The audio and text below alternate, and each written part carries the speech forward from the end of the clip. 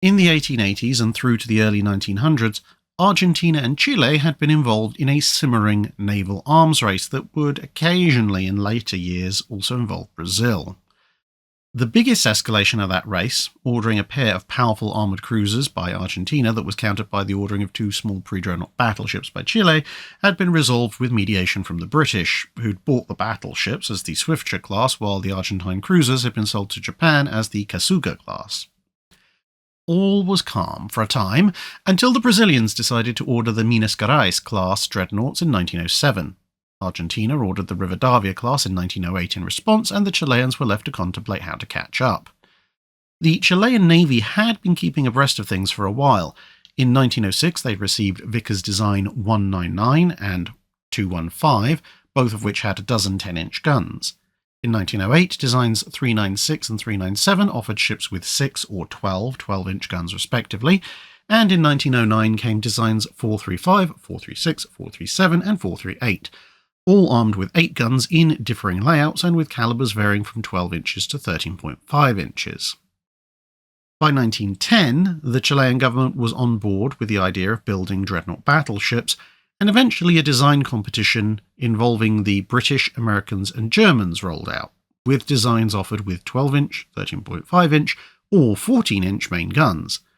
The Chilean specifications looked specifically for additional speed, even if this meant less protection, and they also wanted more boilers than were strictly necessary for the target speed, as with the ships potentially having to sail around the Straits of Magellan and well into the Atlantic to seek battle, it was possible that one or more of the boilers might fail under hard steaming or potentially even battle damage, and so backups were required.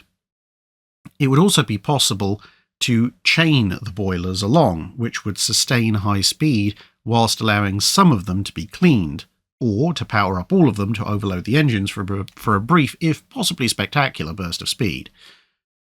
Layouts also varied between 3 centerline and 2 en-echelon turrets like the Hercules class, or all centerline with super-firing pairs fore and aft and an amidships turret like the Orion and period King George V classes.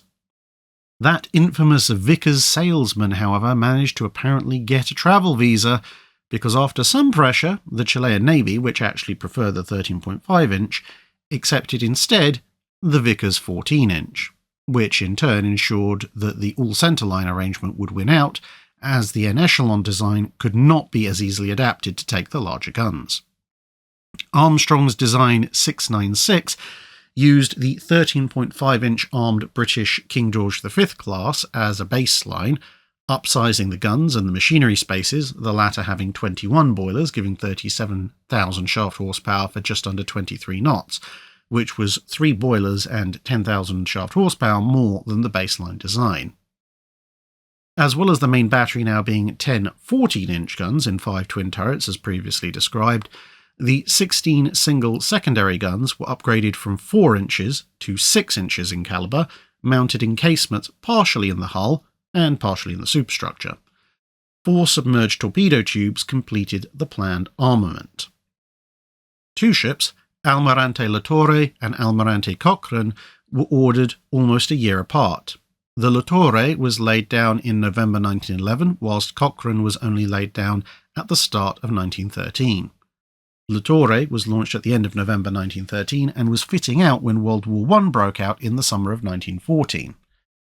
Whilst officially neutral, Chile was in some respects only a few bits of paperwork away from being an official British ally, and so when it was decided to requisition all warships under construction in British yards, the Chileans were offered full price for both vessels, along with a discounted buyback option once the war was over.